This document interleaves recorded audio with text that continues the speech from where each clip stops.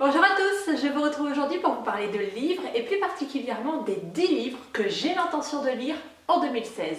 J'avais proposé une vidéo similaire l'année dernière, je pense que j'ai lu un seul des romans que j'avais proposé, mais je trouve que c'est un rendez-vous assez amusant, donc je le refais. J'ai mis un petit peu de tout, il y a de la jeunesse, des romans écrits par des femmes, des romans écrits par des hommes, écrit il y a 300 ans, écrit il y a un an. J'ai absolument tout mélangé, donc j'espère que ça vous plaira. Et on commence tout de suite. Tout d'abord, j'ai envie de lire cette année 100 ans de solitude de Gabriel Garcia Marquez. Je pense qu'il faisait partie de ma liste de livres à lire pour 2015. Je ne l'ai toujours pas lu, donc je pense que cette année est la bonne. Il faut que je le découvre. C'est un classique qui est absolument apprécié par tout le monde, donc j'ai vraiment envie de pouvoir voir ce qu'il y a dans le ventre. Ensuite, j'ai très envie de science-fiction, donc j'ai décidé de commencer la saga Hyperion de Dan Simmons, ou Dan Simmons, ça dépend comment vous le prononcez. C'est concrètement un classique du genre que je n'ai jamais lu. Je sais qu'il est à nouveau très apprécié. Et je pense que c'est le moment pour moi de le commencer, tout simplement. En troisième livre, je retourne aux auteurs français avec Françoise Sagan et son célèbre Bonjour Tristesse que je n'ai jamais lu. Alors ça va sûrement étonner vu qu'il y a beaucoup de thèmes que j'aime aborder sur cette chaîne qui peuvent être liés avec Bonjour Tristesse. Mais c'est comme ça, je ne sais pas, je n'ai pas pris le temps, je n'ai jamais ressenti réellement l'envie et là en ce moment, elle est tout à fait présente et je pense qu'il est temps de se lancer. Pour le quatrième roman, Rendez-vous en Espagne avec Miguel de Cervantes et son célèbre Don Quixote ou Don Quichotte. J'en ai déjà parlé l'année dernière parce que j'ai lu une énormissime BD se rapportant à Don Quichotte qui s'appelait Un certain Cervantes que je vous recommande absolument. Je connais Don Quichotte, j'ai étudié, voilà, je connais bien l'histoire, j'ai vu les films et autres. Mais je n'ai jamais pris le temps de le lire. Je pense que c'est une grave erreur pour quelqu'un qui adore la littérature, surtout que je pense que je pourrais réellement apprécier les personnages de Cervantes. Pour le cinquième livre, on repart dans du fantastique puisque j'ai envie de lire toute la saga de La Tour Sombre de Stephen King. C'est un auteur très populaire, notamment pour ses romans d'horreur, mais le fantastique est également un genre qu'il maîtrise. Ses romans m'appellent depuis plusieurs années déjà et je pense que c'est le bon moment. Un sixième roman que je rajoute à cette liste et qui me paraît fascinant est Victor Hugo vient de mourir de Judith Perrignon.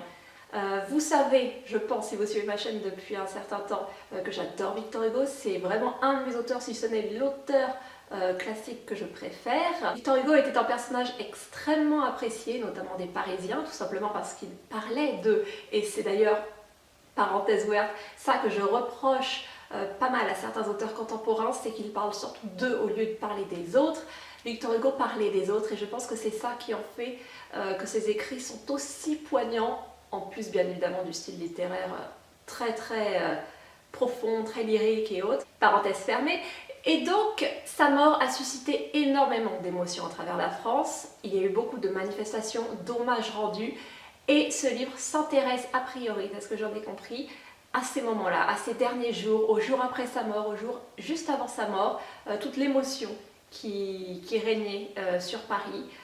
Je suis très attirée par ce livre. Je n'ai pas réellement entendu de gens parler de ça, donc j'ai vraiment envie de me faire ma propre idée. Le septième livre que je vais vous présenter est en réalité une relecture que j'ai envie de faire. Il s'agit du Comte de Monte Cristo d'Alexandre Dumas. Cette année, j'ai envie d'aventure, d'épique, de romance, de bataille, de vengeance. Et le Comte de Monte Cristo entre dans absolument toutes ces catégories. C'est un roman génial, qui est d'ailleurs conseillé pour les gens qui veulent commencer les classiques.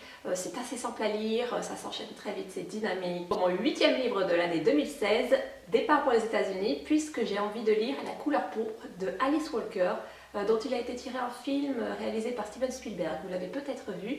Il s'agit d'un roman épistolaire racontant la vie de deux sœurs dans le sud des États-Unis, il me semble, où évidemment, de nombreux thèmes sont abordés. Le racisme, ce sont deux femmes noires et leurs familles qui vivent dans le sud des États-Unis au XXe siècle, donc c'est toujours très tendu. On voit qu'actuellement c'est déjà tendu, alors vous imaginez à cette époque-là. Il est aussi question d'homosexualité, il me semble. J'avais vraiment envie de me focaliser voilà, sur des livres ayant des thèmes de société, tout simplement, et je pense que ce roman en est un bon exemple et j'espère vraiment faire une bonne découverte. Le neuvième livre dont j'ai envie de vous parler, il s'agit de la saga des Artemis Fowl de Eowyn Colfer, que je lisais lorsque j'étais enfant, il me semble, ouais, j'étais pas encore ado quand je lisais ça. J'ai découvert qu'en fait, il y avait plus que les 4 tomes que j'avais lus quand j'étais plus jeune. Il y a toute une saga et toute une fin. Donc j'ai vraiment envie de relire ça, je pense que c'est de la très bonne littérature jeunesse, c'était bien écrit, les personnages étaient intéressants, c'était pas régressif, je ne peux que vous la conseiller, c'est un réel plaisir de lecture. Le dernier livre dont j'ai envie de vous parler est La petite femelle de Philippe Génada. Nous sommes sûrement beaucoup à l'avoir eu en dessous du sapin.